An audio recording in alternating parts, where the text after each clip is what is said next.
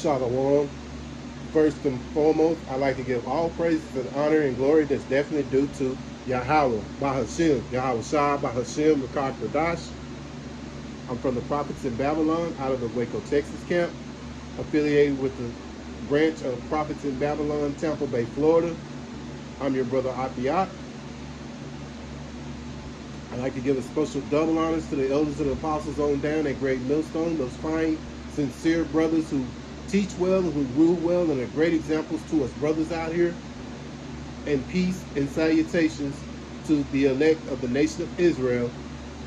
Lesson for today, a Bible reading out of the book of Daniel, chapter 3. And Lord willing, I hope and pray that it'll be edifying.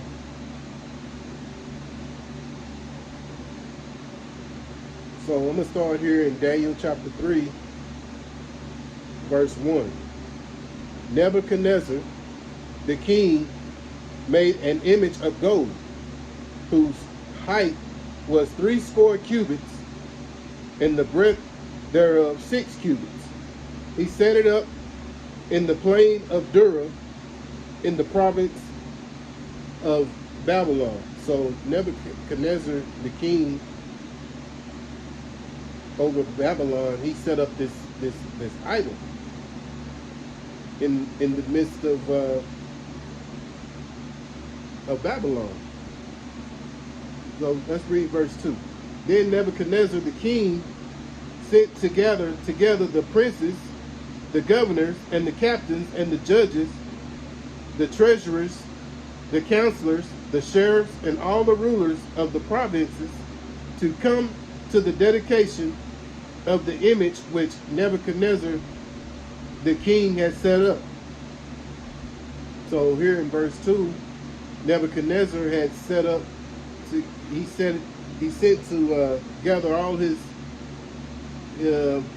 different people of the provinces, you know, whether they be the treasurers, the counselors, judges, captains, sheriffs, rulers of different provinces, and they were all brought together to worship this image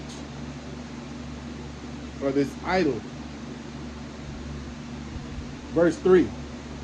Then the princesses, the governors, and the captains, the judges, and the treasurers, the counselors, the sheriffs, and all the rulers of the provinces were gathered together unto the dedication of the image that Nebuchadnezzar the king had set up. And they stood before the image that Nebuchadnezzar had set up.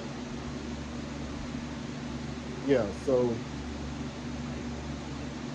again, you know, Nebuchadnezzar set up all these different people who worked in Babylon, in the provinces of Babylon, and gathered them all together to worship this idol. Then an herald cried aloud, to you it is commanded, O people, nations, and languages, that at what time ye hear the sound of the cornet, flute, harp, sackbut, psaltery, dulcimer, and all kinds of music, ye fall down and worship the golden image that Nebuchadnezzar the king had set up. So basically, when this, you know, when the music came on, you know, all the people of Babylon were to bow down to this image. Verse 6. And whoso falleth not down and worship shall the same hour be cast into the midst of a burning fiery furnace. Therefore, at that time, when all the people heard the sound of the cornet, the flute, the harp, the sackbut, the psaltery, and all kinds of music, all the people, the nations, and the languages fell down and worshiped the golden image that Nebuchadnezzar the king had set up. Yeah, so once the music started playing, all the people, they all, you know, fell down and worshiped this golden image that Nebuchadnezzar had set up. Wherefore At that time, certain Chaldeans came near and accused the Jews. They spake and said to the king, Nebuchadnezzar, O king, live forever. Thou, O king, hast made a decree that every man that shall hear the sound of the cornet, flute, harp, sackbut, psaltery, dulcimer, and all kinds of music shall fall down and worship the golden image. And whoso falleth not down, worship that he should be cast into the midst of the burning fiery furnace. There are certain Jews whom thou hast set over the affairs of the province of Babylon, Shadrach, Meshach, and Abednego. These men, O king, have not regarded thee. They serve not thy gods, nor worship the golden image which thou hast set up. So Shadrach, Meshach, and Abednego, they were Israelites, and they did not fall down, nor did they worship the idol that Nebuchadnezzar had set up. Verse 13. Then Nebuchadnezzar, in his rage and fury, commanded to bring Shadrach, Meshach, and Abednego. Then they brought these men before the king. Nebuchadnezzar spake and said unto them, Is it true, O Shadrach, Meshach, and Abednego, do not ye serve my gods, nor worship the golden image which I have set up? Now if ye be ready, that at what time ye hear the sound of the cornet, flute, harp, sackbut, psaltery, and dulcimer, and all kinds of music, ye fall down and worship the image which I have made. Well, but if ye worship not, ye shall be cast the same hour into the midst of the burning fiery furnace. And who is that God that shall deliver you out of my hands? Shadrach, Meshach, and Abednego answered and said to the king, O Nebuchadnezzar, we are not careful to answer thee in this matter. If it be so, our God, whom we serve, is able to deliver us from the burning fiery furnace, and he will deliver us out of thy hand, O king. So Shadrach, Meshach, and Abednego, they believed in Yahweh Ba'ashem Yahushua, that that they would be delivered.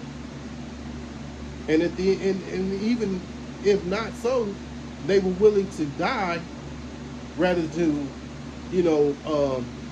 worship this idol image that Nebuchadnezzar had set up.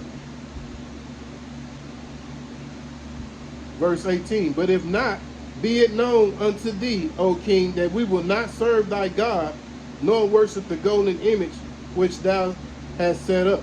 So either way, whether Yahweh Ba'ashem Yahushua would protect them or not, they were willing to die because they believed, that their belief in Yahweh Ba'ashem Yahushua was so strong, and their faith was so strong that they did not want to fall down and idol worship this golden image.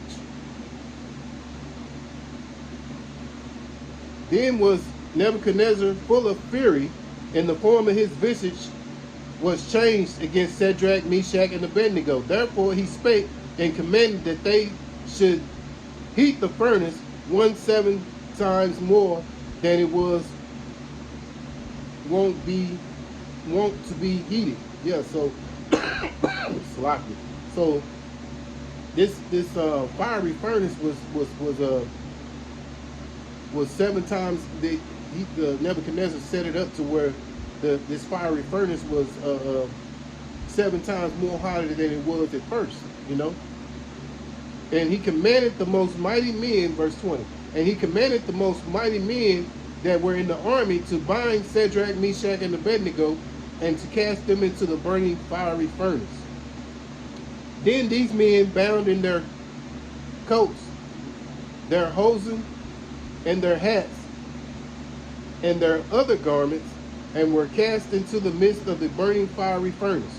Therefore, because the king's commandment was urgent, and the furnace exceeding hot, the flame of the fire slew those men that took up Shadrach, Meshach, and Abednego.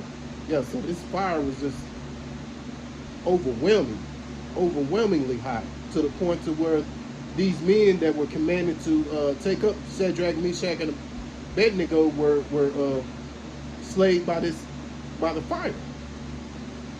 And these three men, Shadrach, Meshach, and Abednego, fell down bound unto the midst of the burning fiery furnace.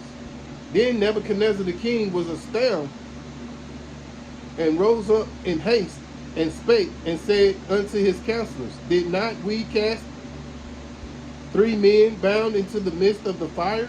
They answered and said unto the king, True, O king. He answered and said, Lo, I see four men loose, walking in the midst of the fire, and they have no hurt. And the form of the fourth is like the Son of God. Yeah, so the fourth man was Yahushua. You know, he rescued Shadrach, Meshach, and Abednego. Verse 26. Then Nebuchadnezzar came near to the mouth of the burning fiery furnace, and spake and said, Shadrach, Meshach, and Abednego, ye servants of the Most High God, come forth and come hither.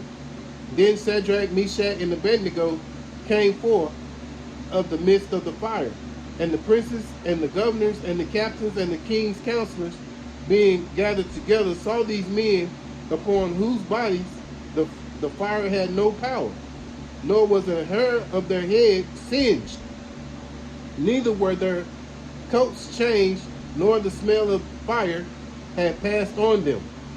Then Nebuchadnezzar spake and said, Blessed be the God of Shadrach, Meshach, and Abednego, who have sent his angel and delivered his servants that trusted in him, and changed the king's word, and yielded their bodies, that they might not serve nor worship any god except their own God.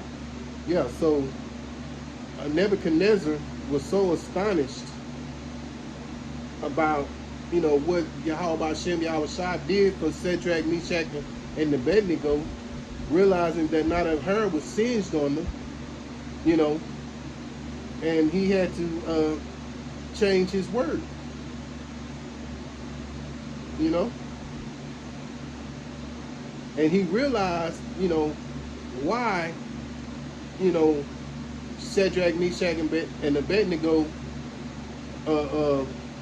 did not serve or worship any other god but Yahushua, you know. Verse 29. Therefore I make a decree, this is Nebuchadnezzar speaking, that every people, nation, and language which speak anything amiss against the God of Shadrach, Meshach, and Abednego shall be cut in pieces, and their houses shall be made a dunghill, because there is no other God that can deliver after his sort. Then the king promoted Shadrach, Meshach, and Abednego in the province of Babylon. Yeah, so at the end of the day, being that Shadrach, Meshach, and Abednego stayed faithful, you know, Yahushua delivered them, you know. And, you know, Nebuchadnezzar was so astonished, you know. So their faith wasn't shaken by this fiery furnace, you know. So it's, you know, we as brothers and few sisters out here listening, we can learn, you know, to be in that mindset of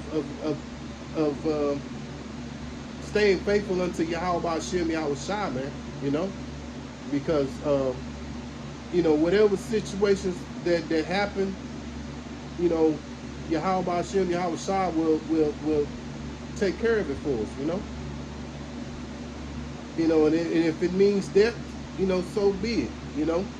You'd rather stay faithful unto death, you know, if it comes to that point, you know, because at the end of the day, the scriptures tell you, he that shall, you know, oh, I don't want to butcher it, but you know, Yahweh Hashem Yahweh Shai is in control of the living and the dead. So we know that we, you know, for all things to stay faithful to Yahweh Hashem Yahweh Shai, because he will deliver us. And if it means death, you know, he will bring us back, you know, by us being faithful. So Lord willing, I hope and pray that this will be an edifying lesson to you brothers and you sisters out here. Once again, I'd like to give all praises and honor and glory that's definitely due to Yahweh by Hashem, Yahweh Shai by Hashem, the Kakradash. Special double honors to the elders and apostles on down at Great Millstone, and peace and salutations to the elect of the nation of Israel. Until the next time, Lord willing, I say shalom.